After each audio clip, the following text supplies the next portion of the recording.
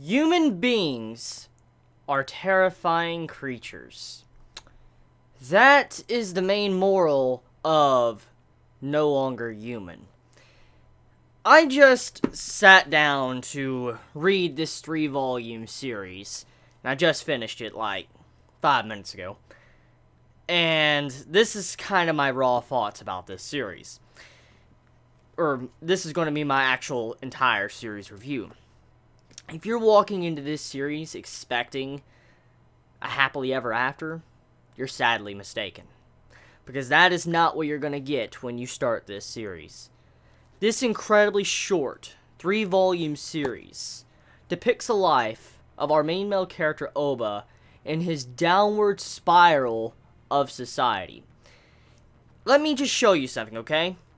Look at these volumes, and then you'll see what I'm getting at before I actually start discussing it. Just tell me your thoughts and ideas in the comments below before I continue with this, review. This is Volume 1's cover. From that, you see Oba as a main character. He seems like a pretty boy. He seems like he's good-looking, charming. He seems like, there shouldn't be much wrong. Go to Volume 2. You see a man that has went through some incredibly hard issues and life issues, and he's looking for happiness.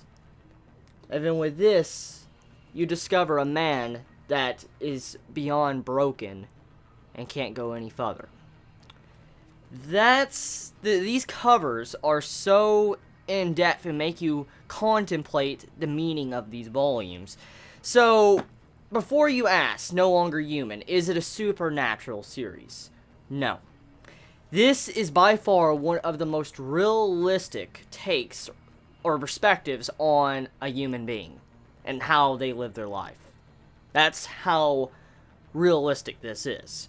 For instance, as the covers already stated, I kind of already talked about, the series starts off with a pretty boy Oba, our main character. He's in high school, and he seems to be having the life. Like, he has money, he lives in a great place, his father's wealthy, he is rich, everybody loves him. He's very smart, he's very intelligent, he has a great, bright future ahead of him. But there's one thing. Oba couldn't really find happiness, and in the actual act of trying to find happiness, it led him to his despair throughout the entire series. He felt like a puppet, being controlled and manipulated by strings. It's even depicted in volumes that he feels like a puppet. He's a puppet just being manipulated by society, or society is meaning his father. His father has kind of warped Oba as a person since he was a little kid. Warped him, told him he needed to be the best. He needed to kind of be perfect. He needed to, do everything right, so forth, so on. And with the act of the way his father treated him, it warped his mentality to where he didn't really understand how normal, ordinary human beings worked. Like, he didn't realize what it meant to be ordinary, or how it felt to have happiness, and things like that. So, the journey of this is him trying to figure out how he can have happiness, but also to satisfy his desires. And when it comes to human beings, we are very desirable creatures. We love our desires. There's different types of desires. The 7 deadly sins. You got gluttony, lust, envy, pride. It's just so much different things. Different, emotions and sins that human beings can commit. And you actually get to see that throughout No Longer Human. You get to see our main character deal with these types of issues. Now, it's not specifically stated that he is dealing with, the 7 deadly sins or anything, but you can understand from his viewpoint. You just see this dude that is at the top of life or society just spiral down into a cesspool of shit. That is what this series is. He slowly goes further and further down into a grave. By the chapter, by the page. As you continue reading page after page of this series, just page after page, you look as if, can his life get any fucking worse? That's what I was thinking. When I was sitting here reading this page after page, I'm like, his life gets worse and worse. And then you look at him as a person as if he's very disgusting. He's detestable. And you're just looking at him as a character like, this dude is so awful as a person. But then the main meaning of this was that all human beings have somewhat of this type of personality. And somewhat somewhere inside of them. And when you see that, you realize human beings are truly terrifying. Now, to get to the main points of discussion of this series when it comes to this volume, the depiction of our character slowly losing himself and trying his best to try to figure out how he can have happiness, but constantly going back to this lustful nature to where he wants to drink or smoke or be and sleep with women. And it's very awful to see how he lived his life and how he continued to make women fall for him even though he was not a good guy. He was one of those type of people you would not want to be around. He's a person you would want to just keep way off in the distance and never invite into your home. That was the kind of person Oba was. And for some reason, he still got the women. And he was a pretty boy. He had this great charming look about him. And for some reason, women continued to fall for him. And this is actually realistic, because that does actually happen in real life. It's been shown multiple times in history.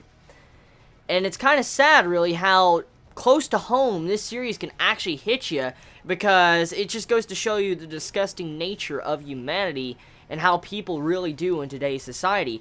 Like, Volume 1 is kind of the main character trying to figure out if he wants to live or not. That's what Volume 1 depicts.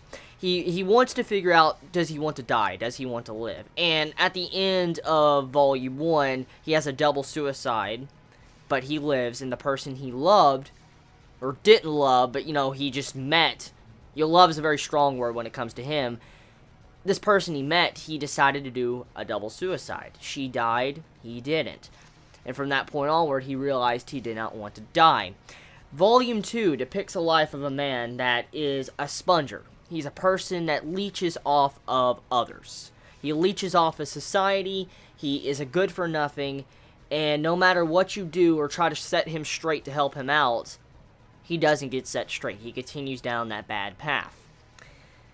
Volume 3 is the true meaning of despair. Shows the character, even with the background, it's kind of understandable if you look at this. The background depicts of drugs, acid, or tripping, or whatever, because the main character in Volume 3, he starts doing drugs. And it leads him down an even worse spiral than he already was. Like, what's very ironic is the character, as I said already multiple times throughout this video, he was a pretty boy. He was a pretty boy that everybody was charmed by his looks. And, women loved him for his looks. He charmed them. But what's very ironic is this very thing that helped him throughout his entire life, that charmed so many people and got him through so many issues, failed him. Because him taking drugs destroyed his own looks. And he turned into a person that didn't even look like he was 25. At the end of the series, he's 25. But in reality, when you look at his picture at the end of the series, right here, does that look like a 25-year-old? Does that, on the top there, look like a 25-year-old? No, it doesn't. And that is the sad life of Oba. He was a man that couldn't satisfy his desires. He was a man that couldn't change. He was a man that tried to seek out happiness but got burnt by unforeseen circumstances. And that happens to all of us, but it's so dark to see how this series went down that route, like panel after panel of him just, hallucinating and contemplating his past life or what he's done, and he wants to find happiness, but he can't. It's sad. It's just sad to see how broken he was by the time the series ended, and it's amazing, really. Usually when you think of a series, like a manga or anime or something, you think a series needs to have, 20 episodes to, 50 episodes or even more than that to have a very good story and good conclusion. You think that. Or, a manga you would think needs, hundreds and hundreds of chapters to have a good conclusion. But that's not always the case. When it comes to series like this, I feel like these are the true shining gems in manga and anime. Short, sweet series that get to the point, don't have excess filler, and tries to tell a story that really hits home in different ways, or makes you really look at different situations a lot differently. So, that is my review of No Longer Human. If you have not read this series and you just still finish this review, you still need to read it. It's a series, one of the best realistic series I think I've ever read in literature. It's really good. I'm really half tempted to give this just a 10 out of 10. I really am. I'm that half tempted. I've never read a series that just, it was like this. The way it was depicted in the artwork was just something to behold. I've never read a series that hit me like this, because just to see how it ended such on a sad note, like so many other things I have seen, it's crazy. It's so crazy, because that's how human beings live. We don't get that happy ending. We don't get, always that shiny happiness at the end where we can smile and say, we lived a good life. Not everybody has that. And to see how the series really just shows that, it's sad. It's really sad. So that's it. I mean, sorry for the depressing video, but I mean, hey, it had to be depressing for the tone of this review, because these, holy crap. So yeah, quite enjoyable. I enjoyed reading No Longer Human. It was a very good series. I would rate it a 9.5 out of 10. Tell me your thoughts in the comments below. You all have a wonderful day or night wherever you live. Please be safe. Chibi out.